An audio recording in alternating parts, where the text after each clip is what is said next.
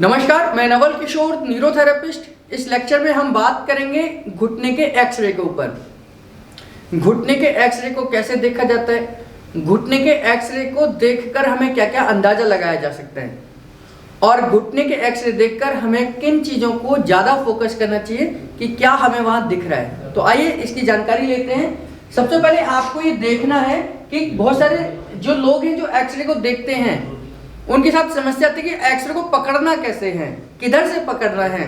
तो सबसे पहले एक छोटी सी ट्रिक मैं आपको बताता हूँ कि जब हम घुटने का एक्सरे देखेंगे तो एक तरफ दो हड्डियां नजर आएंगी, एक तरफ दो हड्डियां नजर आएंगी और एक तरफ अकेली एक हड्डी नजर आएगी।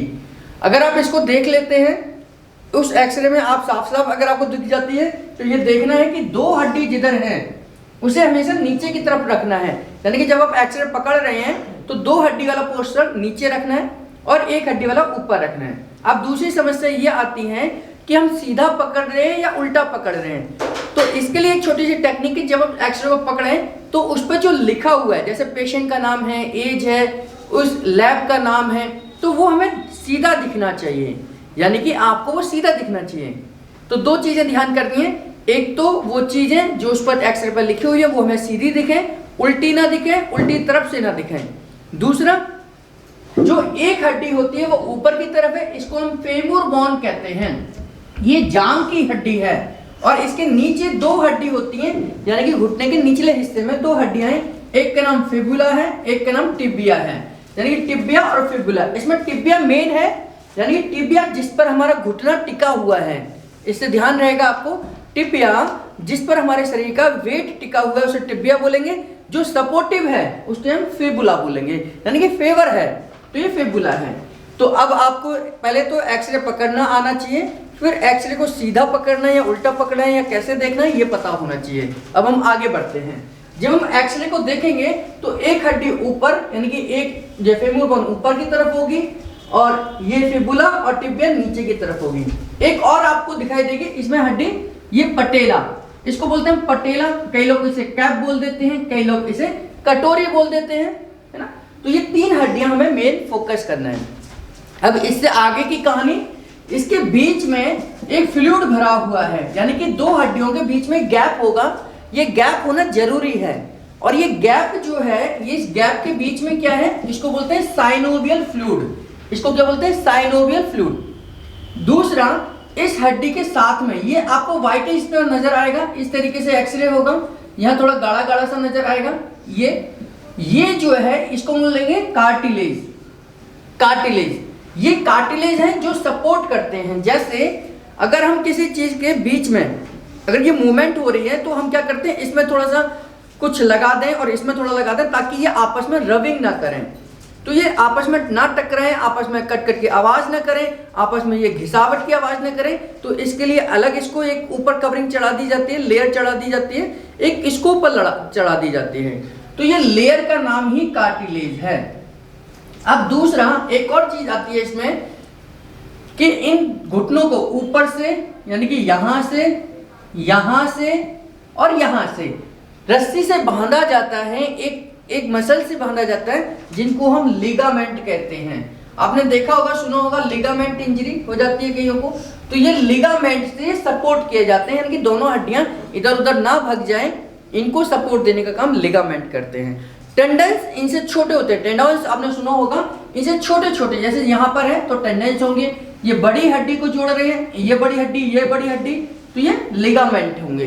तो ये आगे से सपोर्ट देते हैं, पीछे से सपोर्ट देते हैं, साइड से सपोर्ट देते हैं।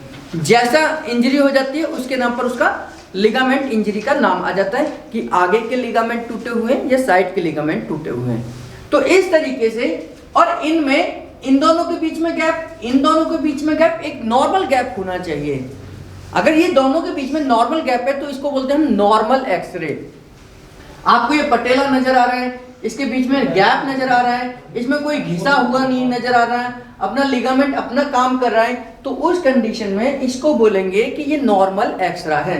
उसमें क्या चीजें देखनी है, कार्टिलेज देखना है, साइनोवियल फ्लूइड देखना है और लिगामेंट देखना है। ये तीन चीजें हैं किसी भी नॉर्मल एक्सरे में आपने देखनी है। अब समस्या आएगी तो फिर कैसे पहचानना है, तो मैंने कुछ डायग्राम बनाए हैं।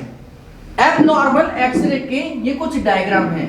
पहला है, आप ये देखेंगे कि यहां से तो गैप ठीक है, लेकिन यहां गैप कम हो रहा है ना, तो ये जो गैप कम आ रहा है तो यानी कि ये एबनॉर्मल एक्सरे है। अब ये क्या है इसके बारे में बताऊंगा।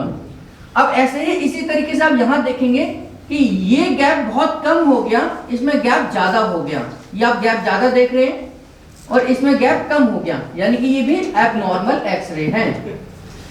तीसरा आप देखेंगे कि यहां पर और यहां पर दोनों में ही गैप कम हो गया, तो दोनों में ही जब गैप कम हो जाए तो ये तीसरी तरीके की प्रॉब्लम होगी। यानी कि अगर मैं समझाने की कोशिश करूं आपको दोनों हाथों के तरीके से, तो जब हम ये हमारा घुटना है इस तरीके से, अगर ये इतना है, प्रॉपर है, दोनों तरफ से समान दूरी पर है, तो ये नॉर्मल है। अगर ये ऐसे चला गया तो ये एबनॉर्मल है, ऐसे चला गया तो एबनॉर्मल है, या ऐसे चला गया तो भी एबनॉर्मल है। और उस समय पर पेशेंट को चलने में, दौड़ने में, भागने में, बैठने में, उठने में, सीढ़ियाँ चढ़ने में, उतरने में दिक्कत आएगी, दर्द आने शुरू हो जाएंगे। तो घुटने से संबंधित कुछ समस्याएं हैं, जब हम एक्सरे कराकर आते हैं तो ये वर्ड उस एक्सरे में लिखे हुए होंगे। तो इन वर्ड का क्या मतलब है, आइए समझते हैं। सबसे पहले आपको लिखा हुआ होगा रूमेटॉइड अर्थराइटिस। रूमेटॉइड अर्थराइटिस का मतलब होता है, रूमेटॉइड अर्थराइटिस, इसको शॉर्ट में हम आरए भी बोलते हैं, आरए। रूमेटॉइड अर्थराइटिस का मतलब सीवियर सीवियर सीवियर पेन होगा पेशेंट को, यानी बहुत खतरनाक वाला पेन होगा, चलना मुश्किल हो जाएगा। और इसका मतलब ये तीसरी वाली जो कंडीशन है, ये कंडीशन होगी, ये तीसरी वाली कंडीशन में पेशेंट को बहुत ज्यादा दर्द होगा, क्योंकि यहां पर भी गैप खत्म है, यहां पर भी गैप खत्म है। गैप आता नहीं है, ध्यान करना, गैप आएगा नहीं, गैप खत्म होगा। डॉक्टर आम भाषा में बोल देते हैं, जब साइनोवियल फ्लूइड खत्म हो जाता है, कि आपके घुटनों का ग्रीस खत्म हो गया है, आपके घुटनों में पानी भर गया है, आपके घुटनों में चिकनाई खत्म हो गई है, ऐसे आम तौर पर डॉक्टर समझाते हैं।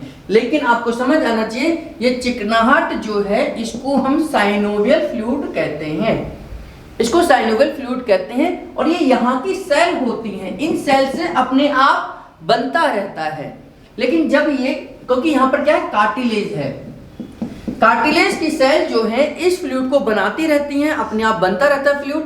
लेकिन जब कार्टिलेज ही घिसना शुरू हो जाता है तो फ्लूइड भी बनना बंद हो जाता है, और इसी वजह से इनका गैप खत्म हो जाता है और ये आपस में टकराने लगते हैं, जो कि पेन का कारण बनते हैं। दूसरा है ऑस्टियोआर्थराइटिस।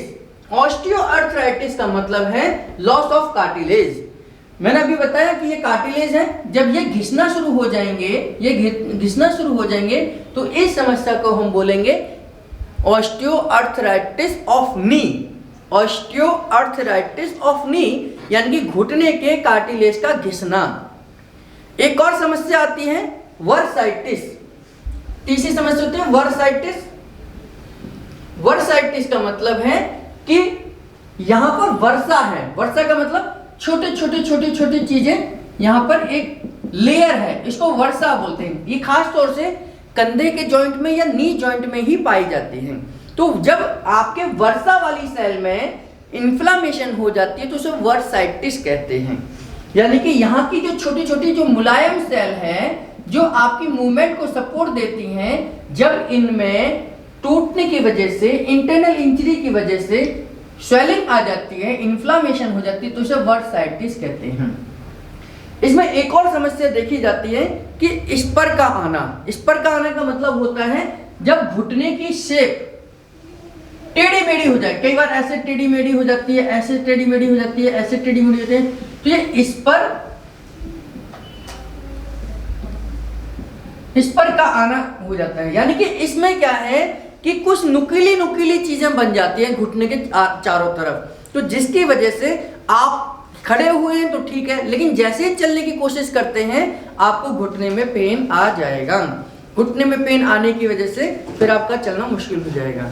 तो खास तौर से हमें यही देखना है कि घुटने की शेप कैसी है, यानी कि शेप कैसी है, उसके बीच का गैप कैसा है, उसका पटेला दिख रहा है नहीं दिख रहा, इसके बीच में जो कार्टिलेज है ये ठीक है, इनको सपोर्ट देने वाला लिगामेंट ठीक है, और छोटे छोटे टेंडेंस ठीक हैं। अगर ये सारी चीजें ठीक हैं तो आपका घुटना ठीक है। घुटने को प्रॉपर तरीके से अगर डेली एक्सरसाइज की जाए, प्रॉपर तरीके से इनकी मूवमेंट करी जाए, तो ये घुटने धीरे धीरे अपने आप ठीक हो जाते हैं। जरूरी नहीं है कि इनका एकमात्र इलाज ऑपरेशन ही है। आप प्रॉपर तरीके से इनकी देख रेख करें, प्रॉपर तरीके से डाइट लें, प्रॉपर तरीके से मूवमेंट करें, कुछ एक्सरसाइज करें, तो ये धीरे धीरे यहाँ की सेल अपने आप रीजनरेट होने शुरू हो जाती हैं। एक और चीज समझनी है आपने, ऑस्टियोपोरोसिस। ऑस्टियोपोरोसिस वो कंडीशन है जब घुटने या शरीर की कोई भी हड्डी खोखली होने लग जाती है, तो उसको ऑस्टियोपोरोसिस कहा जाता है। ऑस्टियो मतलब हड्डी, अब osteo arthritis, osteoporosis, osteoblast, osteoclast, ये सब हड्डी से रिलेटेड है। तो आपने थोड़ी बहुत जानकारी मिली होगी इस तरीके से कि हम एक्सरे में क्या चीजें देखें, एक्सरे में कैसे देखें और एक्सरे को कैसे पकड़ें। इन सवालों का जवाब आपको मिला होगा। हमने जो पीडीएफ आपके साथ शेयर करी है, उस पीडीएफ में ये सारी चीजें डिटेल से हैं, उनको जरूर देखें, पढ़ें और फिर इस वीडियो को समझने की कोशिश करें। आपको एक्सरे आसानी से देखने को मिल जाएगा और आप किसी भी एक्सरे को देखकर पता लगा सकते हैं कि ये पेशेंट ऑस्टियोआर्थराइटिस का है, लिगामेंट इंजरी का है या साइनोवियल फ्लूइड का पेशेंट है जिसका साइनोवियल फ्लूइड खत्म हो गया है। तो इस वीडियो में, इस लेक्चर में हमने आपको बताया कि एक्सरे से हम घुटने की स्थिति को कैसे देख सकते हैं। आपका बहुत बहुत धन्यवाद।